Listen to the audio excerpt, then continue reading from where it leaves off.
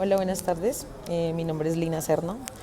Soy médica veterinaria y me encuentro actualmente en el curso de la especialización de salud pública veterinaria de la Unidad Agraria.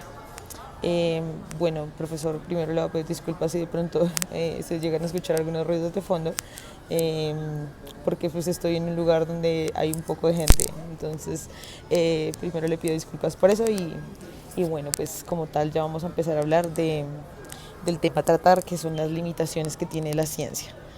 Eh, para responder inicialmente sobre si la ciencia tiene límites o no, vamos a desarrollar este video ensayo en torno a un sí. Sí tiene limitaciones. Existen varias limitaciones que se reportan por algunos autores. Encontré un artículo muy interesante de Berkeley, de la Universidad de California, en donde habla de las limitaciones que se considera que puede tener la ciencia. En realidad las limitaciones que tiene la ciencia son bastantes y voy a hablar específicamente de tres que son las que a mí más me generan esa inquietud de entender, de que me parecen que son las limitaciones más grandes que hay. La primera es la ciencia no enseña cómo utilizar la ciencia. La segunda cosa de la que quiero hablar es de que la ciencia no explica los eventos supernaturales y de las cosas que están más allá de lo que los pensamientos pueden llevar a las personas. Eh, y la tercera limitante que tiene la ciencia, que me parece también muy importante, es como de los juzgamientos, del juzgamiento moral que hay, que no tiene como tal una parte moral, ¿sí? O sea, realmente no hay una moralidad en torno a la ciencia. Me parece que son tres limitaciones bien importantes y en base a esto también podemos hablar de las limitaciones que se tienen con respecto al género, a los artículos que nos compartió, que son bien interesantes, de cómo el tema económico, el tema político, el tema de social, todos los temas sociales en torno a la ciencia pueden cumplir un papel que puede variar dependiendo de cómo se mire. Eh, para hablar del primer tema y del que considero más interesante, de que la ciencia no enseña cómo utilizar la ciencia, eh, vamos a hablar, bueno, ahondando un poco más en esto, es como, bueno, listo, sí. El conocimiento se puede hacer de muchísimas formas. El conocimiento se puede extraer de diferentes maneras. La ciencia como tal, hablamos de la parte que es específica de todos los estudios, de todo lo que puede tener una forma comprobable, ¿cierto? Pero de todas formas la aplicación como tal de la ciencia va a tener un punto subjetivo porque va a depender de cómo la persona que la haya estudiado la entienda, porque también va a depender del contexto social en donde crece la persona que la va a aplicar, va a depender de otros factores, específicamente los factores sociales, que es lo que nos va a mostrar como tal de la ciencia, cómo la vamos a aplicar. Y por ejemplo, en el tema de la salud es bien interesante cómo esta posición se contrapone, como por ejemplo, no sé, voy a tratar un ejemplo de la vida real, y es, creo que ya lo habíamos inclusive hablado en clase un poco, que es el tema de la maternidad.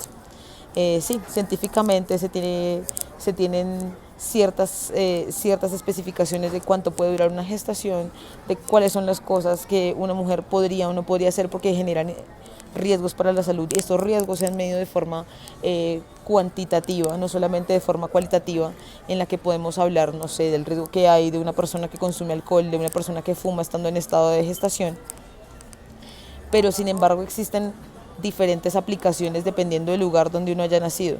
¿Sí? No es la misma manera en la que se maneja la maternidad y cómo se maneja el periodo de gestación en un país como el de nosotros, como en Colombia, a cómo se manejaría en un país probablemente de África o en un país donde simplemente sus cuestiones religiosas y culturales son completamente diferentes.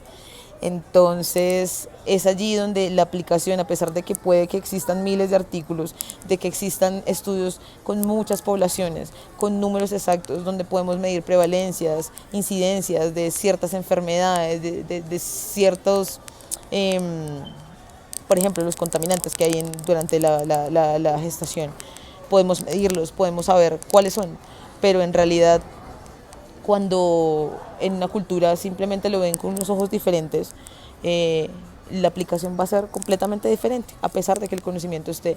Y eso es una limitante, porque inclusive en una gran mayoría la ciencia no solamente es lo que se estudia, sino la ciencia también va muy relacionada a lo que se aplica, a lo que realmente vivimos, porque si se genera la ciencia, se genera el conocimiento, es específicamente para que nosotros los seres humanos entendamos un poco más lo que existe y a su vez pues que podamos mejorar nuestra calidad de vida, y eso hablándolo específicamente desde el tema de la salud.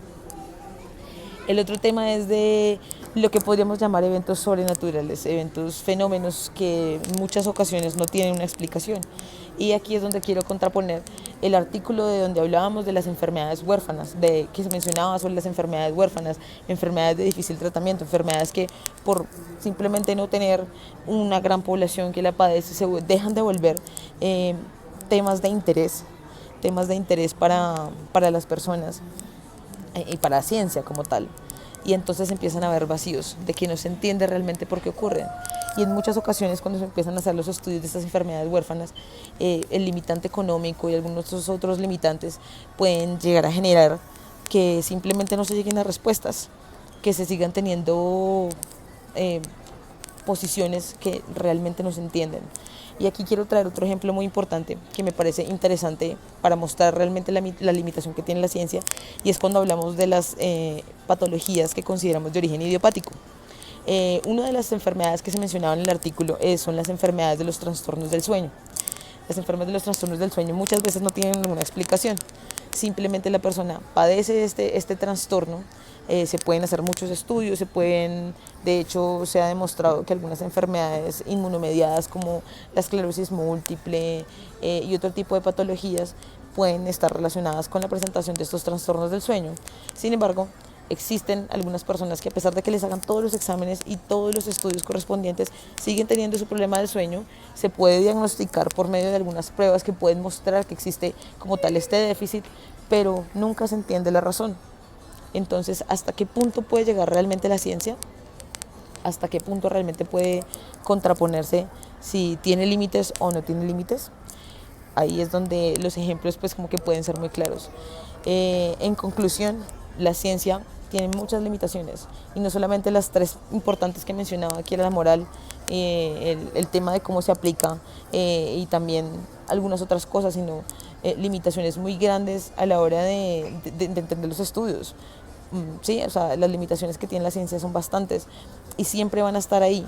Entonces, como que entender estas limitaciones también hace parte de la ciencia, así lo veo yo, como entender las limitaciones que tiene es un punto muy importante para uno mismo también, porque hacemos parte de ella, lo que estudiamos, nuestras áreas de la salud hacen parte de ellas. Entonces sí tiene muchas limitaciones y como mencionaba previamente, para mí el factor más importante que está ligado a esto es el factor social, que es como también en el otro artículo mencionaban el tema del género, de la diferencia de género, de cómo nosotras las mujeres hemos tenido una cantidad de limitaciones que muchas personas han dicho que han sido comprobadas, que empezó desde la época de Darwin, diciendo bueno que las mujeres somos inferiores, y esto ha sido también un tema que por mucho tiempo se tuvo metido dentro de la ciencia, pero que con el paso del tiempo se ha ido transformando y ha generado una posición muy diferente. Entonces sí, siempre han habido y van a seguir habiendo limitaciones en la ciencia, pero pues también hace parte de eso que nosotros lo entendamos y tengamos claridad y lo hagamos parte como tal de ella. Muchas gracias.